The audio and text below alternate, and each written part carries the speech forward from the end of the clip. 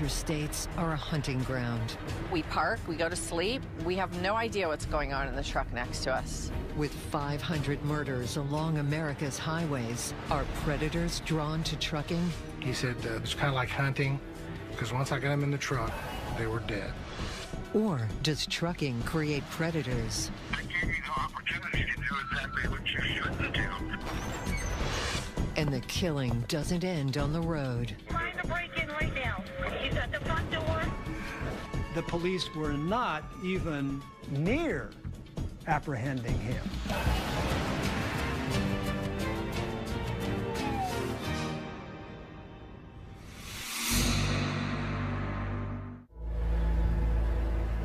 Grapevine, Texas, January 31st, 2004.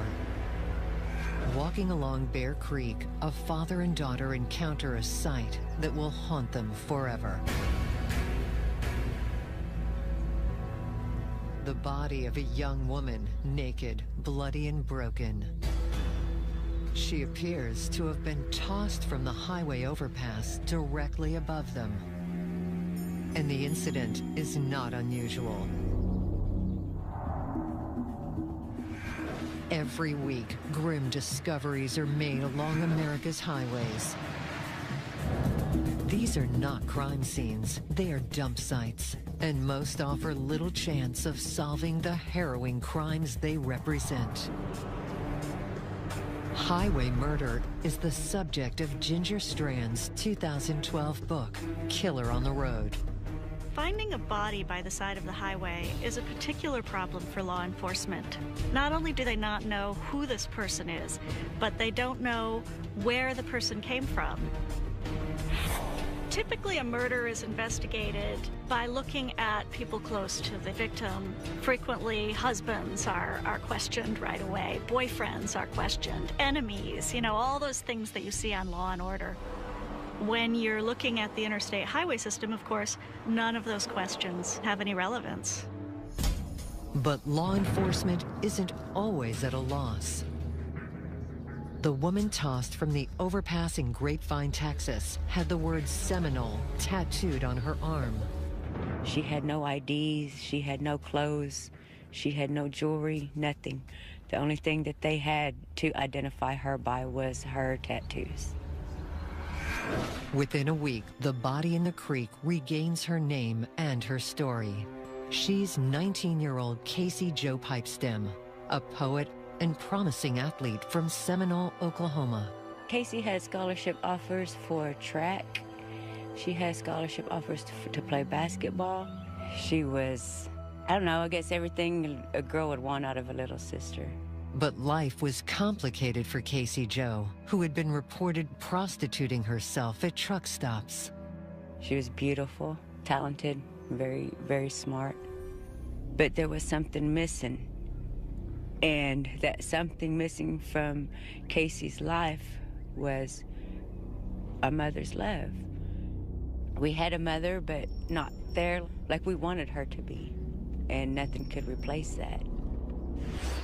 Casey Jo was last seen alive at a truck stop on the I-35 in Oklahoma. When her body is dumped in Texas the next day, it joins the ranks of over 500 other murders that have spread along the interstates like a virus on wheels. Originally, the interstate highways were seen as a beautiful kind of road to the best of all possible worlds. They represented economic mobility, social mobility, and the American dream.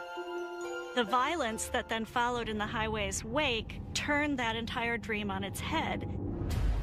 Very quickly, they came to be seen as highways to hell. But for 30 years, the data on highway murder just piled up. No one noticed a pattern until Oklahoma State Bureau of Investigation analyst Terry Turner is handed a case that falls between two local jurisdictions. The victim was found along Interstate 40, about halfway between Oklahoma City and the Arkansas state line, an area where a truck could have pulled off or a vehicle could have pulled off and then re-entered the highway. She was found nude. She had bindings on her hands. Her head was covered. Just the whole environment or the whole scene was unique in what had been done to this particular young lady. The victims' bodies often tell us a story. If the body has been positioned in a certain way, there is a story there, and that'll be very important to distribute that information from city to city, from county to county, from state to state. We put out law enforcement communication between all law enforcement in the country. Within 72 hours, we found 2 other victims within the last 2 months that were very similar in nature. Turner is soon tracking 7 unsolved highway homicides across 4 states matching her criteria. All 7 of the girls were found fairly close to a major interstate highway, and there were 3 that were actually dumped off of an interstate bridge. My 7 girls, she calls them, and Casey Jo Pipestem is one. And just like Pipestem, each had been selling sex at truck stops. Tragically, prostitutes are what people in law enforcement call throwaway people. And that's not because people in law enforcement think that they're throwaway people. It's because that's how the criminals see them. Prostitutes' friends and associates are frequently less willing to talk to the law. They don't want to talk about where they were last seen or what they were last doing. So all of this makes it easier for them to become victims of predators. These young women that work these truck stops are nameless, faceless people to society for the most part. But each day I would look at their picture and I knew that they were somebody's daughter, somebody's sister, somebody's mom, and they became very, very important to me. Local detective Clark Fine of Hendricks County, Indiana, takes the same view. We're the protector of everybody. We don't just protect the rich people and the homeowners, we protect everybody.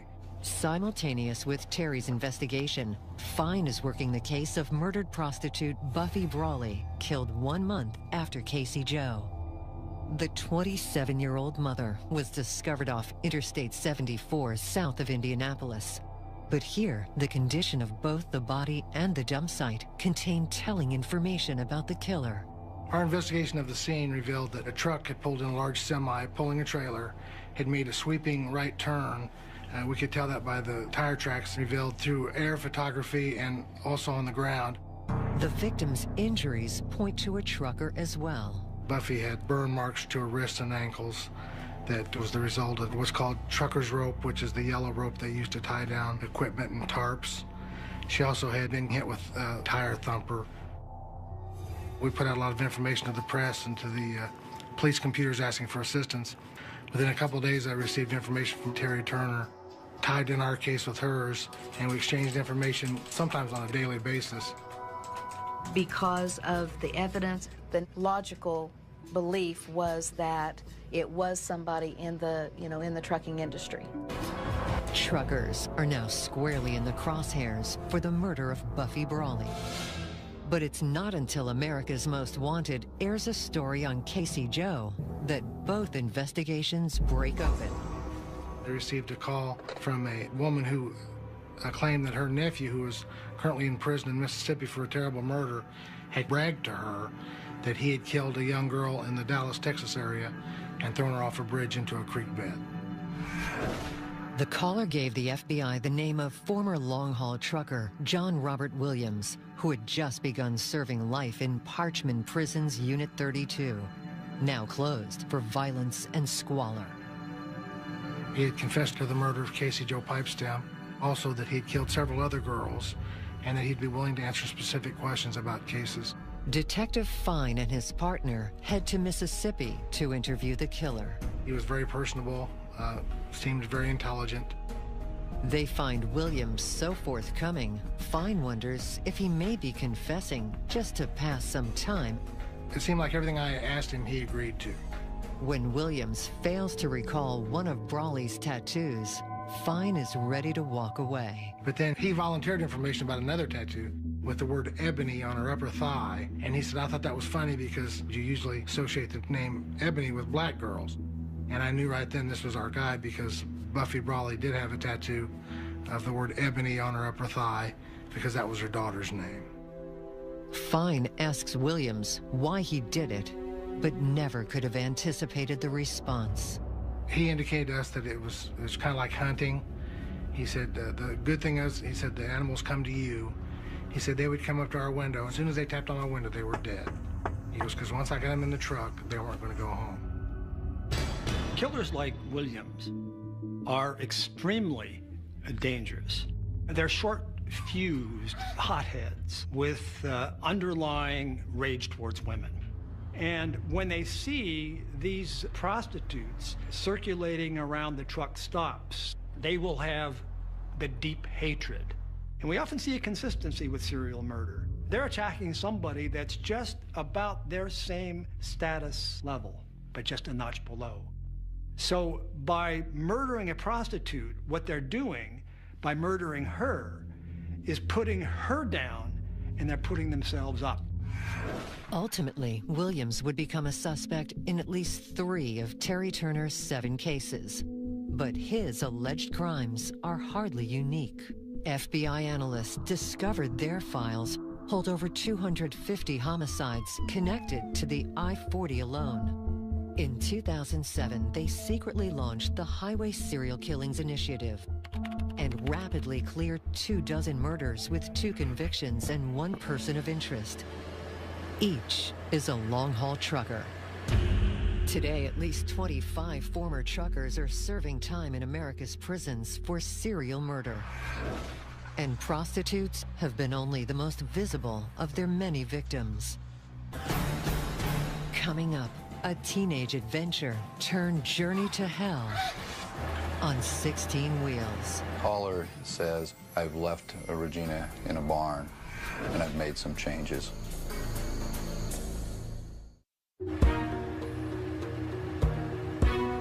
In 2007, the FBI quietly forms the Highway Serial Killings Initiative to match bodies dumped along the interstates with potential murder suspects. 2 groups spike in their mounting database: prostitutes and truck drivers. If you're a predator, trucking is really kind of ideal because you are provided with this endless stream of people who are living already in the margins of the law. And you're traveling a lot from place to place. So it's easier to commit a crime and dispose of the body somewhere very far away. A semi can provide excellent cover. High above street level, it's private, secure, and soundproof behind idling engines. The thing that puts these girls in such great danger is they have to climb up into this big giant, it's almost like a little building. So once that door shuts, they're completely at the mercy of the guy sitting there next to her. On April 6th, 2009, the Highway Serial Killings Initiative goes public. The announcement makes big news, and the FBI bluntly points out most of their 200 suspects are long-haul truckers. The vast majority of the truck drivers and the transportation industry, they are good, hard-working people. And without them, our nation would come to a screeching halt. Unfortunately, between the transient lifestyle of the trucker that can be in 3 states in one day, that take their home with them everywhere they go, and the victimology of these girls at the truck stops, it makes that perfect storm for this type of crime to happen. Trucker Desiree Wood writes a popular blog about life on the long haul. Since I've been in trucking, I have met highly intelligent people, people with really big hearts, truckers that do animal rescue, children's charities. They are involved in so many good projects to help one another. But there's also some very extreme personalities out here. And every once in a while you'll see something strange, but then you go to another town the next day, a whole nother environment. You know, we park, we go to sleep, we have no idea what's going on in the truck next to us. After 35 years at 16 Wheels, Sandy Talbot has earned her seat as trucking's outspoken grand dame. If I could say anything to any young girl that's having difficulties at home, the answer is definitely not to get out here to the truck stop. This is not an industry that will get you out of the small town or whatever issues you're having at home. You're taking your life in your own hands when you knock on that door. In February 1990, fresh-faced 14-year-old Regina Walters is seeking an adventure. She's left her dad in Tucson to try living with her mother in Pasadena, Texas for a while. But only a few days after meeting 18-year-old Ricky Lee Jones, the two secretly decide to hitchhike to Mexico together. A missing person report is filed for what police suspect is a runaway case. But in 3 weeks, the situation turns darker. Regina's father in March of 1990 had received a collect call, and the caller says, "I've left Regina in a barn, and I've made some changes." Mr. Walters asks is she dead or alive, and the caller hangs up. Regina's mother and grandmother also received these terrible calls. It was alarming, and obviously there was some connection to Regina because all the parents' phones were unlisted. Concern escalated from a runaway to possibly foul play. The couple were last seen in Ricky's hometown of Houston, also the home of long-haul trucker Robert Ben Rhodes, who was about to head back out on his route. Though no one saw them get into this 1988 Peterbilt semi, 2 months after their disappearance, a routine police check on that same rig reveals a shocking scene. On April 1st of 1990, a semi was located on the shoulder of the road on Interstate 10 in Casa Grande, Arizona. Arizona State Trooper came up to inspect the truck, and when he looked into the cab, he could see a girl was chained and bound in the sleeper berth of this semi. She still had a horse bridle in her mouth. There was evidence that she'd been whipped severely, and she was screaming and hysterical. The 40-year-old driver is armed with a gun, but quickly surrenders it, acting as if there is no problem that can't be easily explained. He was not threatening in manner. He was not threatening in appearance. But during the search of the truck by law enforcement, they found a briefcase that was later referred to as sexual torture kit. There was several pairs of handcuffs, chains. There was a dog leash, sexual devices, alligator clips, hooks, and several whips. Yet throughout questioning, Robert Ben Rhodes remains cool, calm, and approachable. Okay. He jokes easily with his interrogator. Yeah. And insists the sex was consensual, even while demeaning his victim. You don't screw around with the woman on the road. Not unless you want your to drop off. Okay. But an FBI search of Rhodes' Houston apartment only reveals more horrors. The windows had been shaded so you couldn't see in the apartment. There were some bloody towels that were located. Again, more sexual assault tools and batteries used in specific types of torture. Investigators also find an extensive collection of bondage and torture pornography. When we're looking at these sexual sadists, they tend to be white middle-aged males. I mean, they give a nice guy appearance. But down deep, he's had this rage towards women, probably tracing back to early pre-adolescence. And then step by step, through the years, he's cultivated these fantasies. By the time they're middle-aged, they have this pastime, and that is hurting women. Among the articles seized are various items of women's clothing and rolls of film that pose a chilling mystery. There was photographs of a young girl. A majority of them were taken in what we believe to be Rhodes's truck, in various positions within the sleeper berth where she's bound. Then the photographs chronologically go to a location of a rural setting of a barn. And then she goes up into this loft, this hayloft, if you will, where she's bound with handcuffs and chains and then posed. Rhodes would especially enjoy looking at a photograph of his victims. This is first person. He relives it, but the photos are never enough. That just fuels their fantasy for the next kill. Rhodes spends the next 7 months in an Arizona prison, serving the first part of a 6-year sentence for kidnapping the woman found chained in his truck. He's about to be released on work furlough when, hundreds of miles away in Illinois, a grim discovery in a broken-down barn along I-70 brings the case of Regina Walters barreling back to life. The victim had a garrote around her neck, which is a very sadistic manner of committing a homicide. It was obvious that we were dealing with someone who had done this before. October 1990. Long-haul trucker Robert Ben Rhodes is serving time in Arizona for the kidnap and torture of a woman found shackled in the cabin of his truck.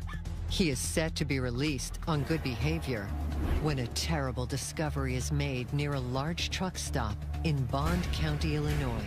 The body was initially located by a local farmer who had donated this barn to the local fire department to burn down for practice. And he'd went up into the loft with his flashlight and had seen the remains.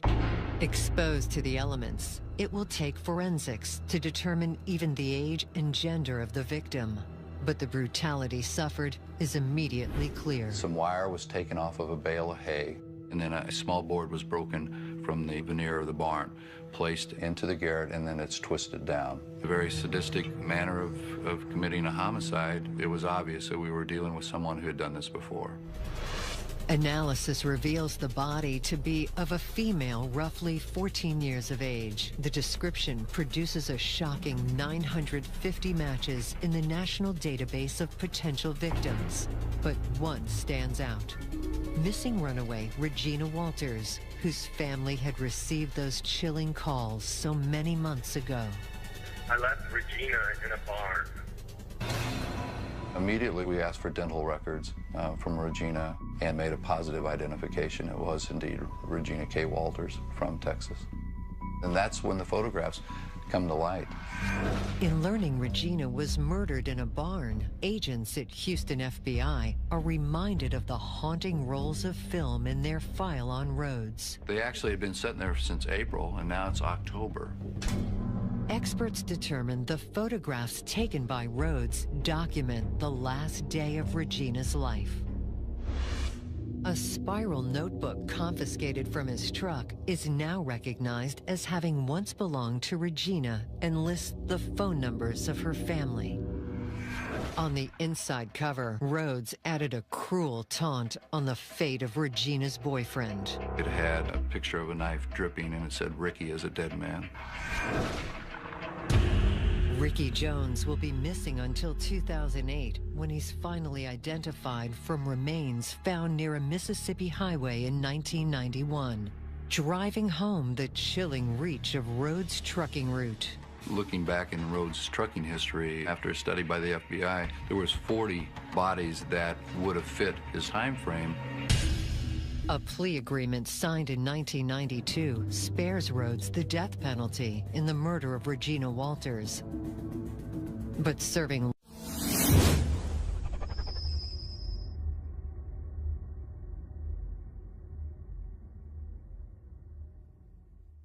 life without parole, his crimes continue to follow him. He will see 2 more convictions for murder in 2012. I'm convinced that Rhodes would have kept killing because there was no nexus early on to any of the victims. He had also told the victim in Arizona, as he was torturing her, that he wouldn't be caught and that he had been doing this for over 15 years.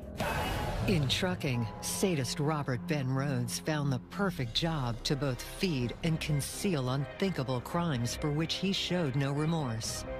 But can unstable minds be inflamed by life on the road? Are there truckers who are driven to kill? Very few people are actually looking into the mental health effects of trucking. Is there something in the industry, in the lifestyle, in the way that it's being practiced that's pushing certain individuals who might have those sociopathic tendencies over the edge? It's 1998, about 15 miles north of Arcata, California. In a remote off-road location, this secluded campsite shelters a haunted man. His handmade map details strategies for staying away from people. Yet long-haul trucker Wayne Adam Ford is not on the run. Instead, he's trying to protect the world from himself. I tried to go out in the woods and disappear because I was afraid of harming someone else. But the woods are only so deep. The problem was I wasn't completely in control of my thoughts, and I realized that I probably would harm somebody else eventually unless I was completely restrained. And so finally I decided that I was going to have to turn myself in. In the annals of serial murder, it's extremely rare to see serial killers turn themselves in. Typically, serial killers will just keep on killing because they enjoy it, because they believe they're invincible, and because they enjoy the game. Catch me if you can. Yet Wayne Adam Ford proves an exception to the rule. On November 3rd, 1998, the 36-year-old trucker walks into Humboldt County Sheriff's Office with a horrific piece of self-incriminating evidence in the pocket of his jacket. A plastic baggie containing a woman's breast. He brought it, he explains, to ensure the severity of his crimes will be instantly understood. Once I realized I had it, I decided that I was ashamed of everything that happened, and I wouldn't have to say anything. That was the whole point. In time, Ford recalls his trucking route, hauling lumber from Nevada to the high desert of California, and the women he murdered along the way. He describes dumping their bodies in aqueducts and irrigation ditches near Buttonwillow, Lodi, and San Bernardino.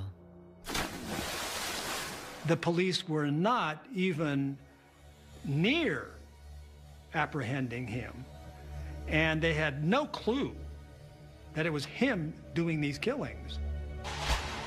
It was in this Airstream trailer that Ford confesses he dismembered his first victim and stored parts of her body. But evidence contrasts starkly with the friendly ex-Marine neighbors recall as funny and polite with a spotless truck. You could be a very, very good truck driver. Very neat, very tidy, and if you had some predatory quirks, no one would really ever be the wiser. Ford traces his murderous impulses to a severe head injury he claims derailed his career in the Marines and destroyed his personal life. It just completely altered my personality. After that point, the ability to control my anger started becoming impossible. My sex drive became uncontrollable, got to where I was no longer in control of my life, really. Trucking might have offered a new start, but began an even darker journey. When Wayne Adam Ford started trucking, he was packing a lot of rage. He had gone through a bitter divorce. Because of his sexually violent demands. And then he starts trucking, which gives him so much time to brood, and he can nurture this grievance and accumulate this rage. So when he's out there driving his truck and he picks up prostitutes, they pay the price. Truck driving is exactly the wrong job for a person who was in my condition. It exacerbated everything. You had too much time to think about personal problems. You were alone, and that gave me the opportunity to do exactly what you shouldn't do. Despite his record of mental health problems, Ford's defense does not enter an insanity plea. On March 16, 2007, 8.5 years after he turned himself in, Ford is sentenced to death in California. Maybe the man had a semblance of conscience, and that there was some guilt there. After all, he turned himself in. But when the jury saw what he did to those women, asphyxiating them, mutilating them, it's so depraved, this jury decided it didn't make any difference if he turned himself in. This man's evil.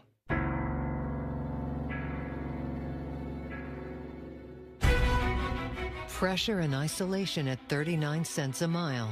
It all comes to a rest at America's truck stops. But where sex traffickers are allowed to thrive, the yard can become an anonymous hunting ground. If you were going to go commit a crime where nobody really cares what's going out in the back 40, would you not go there?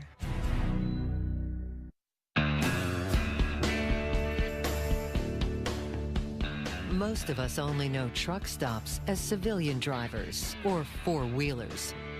We go to the side designated for us.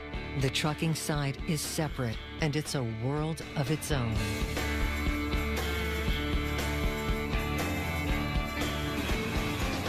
The back row at a truck stop is always known as the party row, and that's the row where you go if you're interested in buying drugs or if you're interested in prostitution.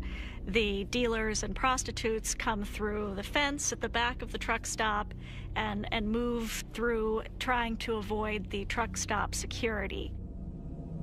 For many truckers, the invasion is a menace. I remember one incident when I had to get up in the middle of the night to go use the bathroom at like midnight, and they walked in and there was a pimp playing a video game, and he looked at me like, "Are you working my parking lot? Because I run this place."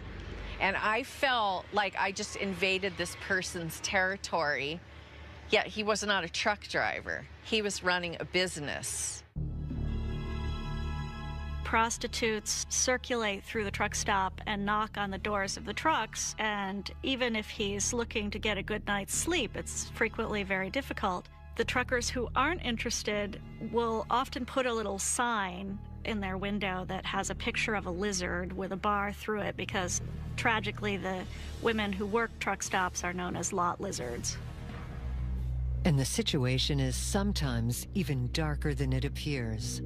Some girls may be underage or acting against their will.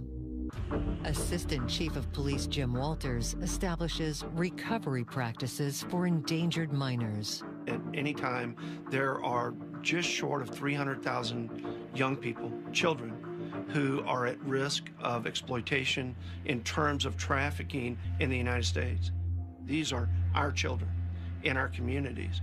So you have a young person who finds themselves in a situation where they're homeless and they're dependent on the substances that they take that lessen and dull the pain.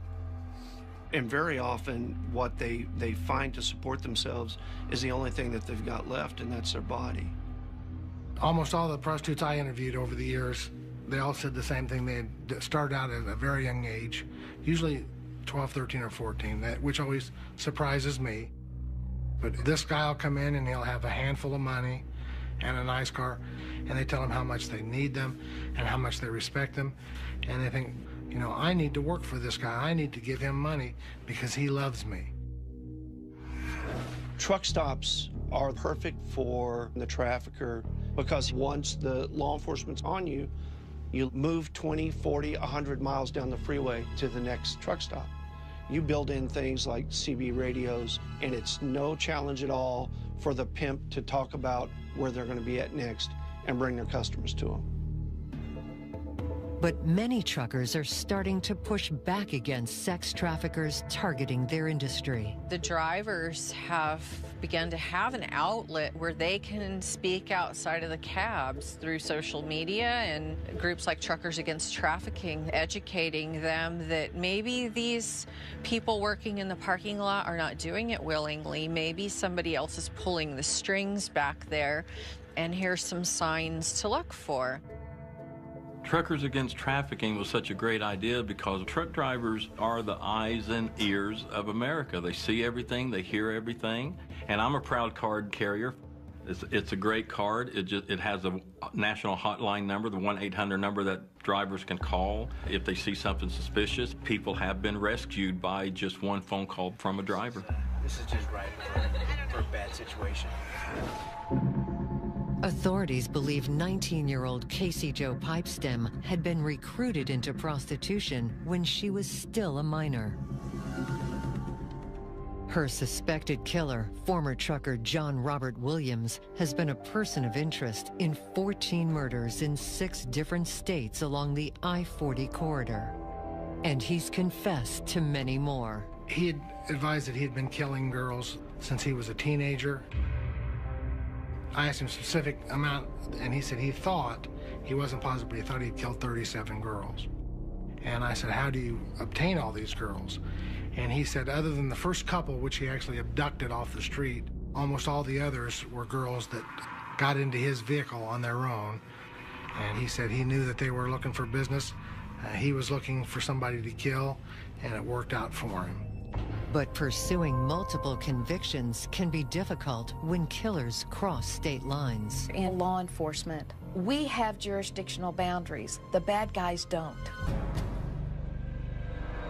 The murder of Casey Jo Pipestem has yet to be prosecuted a decade later.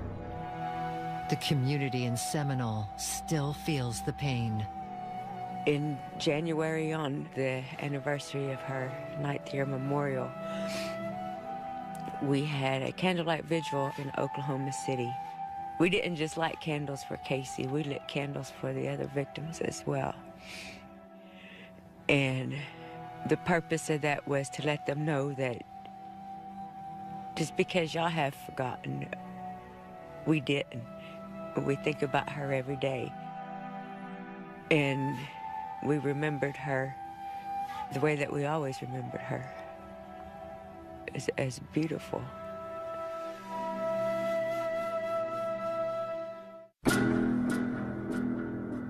If John Robert Williams bragged that victims came to him, what happens when the killing moves out of the truck stops and onto Main Street?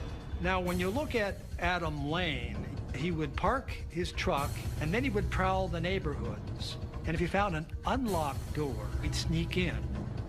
Now, that gives a thrill killer great excitement that they can't keep me out.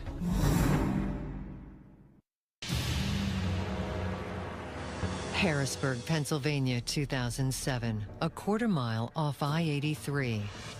Homemaker Darlene Ewalt is brutally slaughtered with a fatal slash to the throat on her back patio.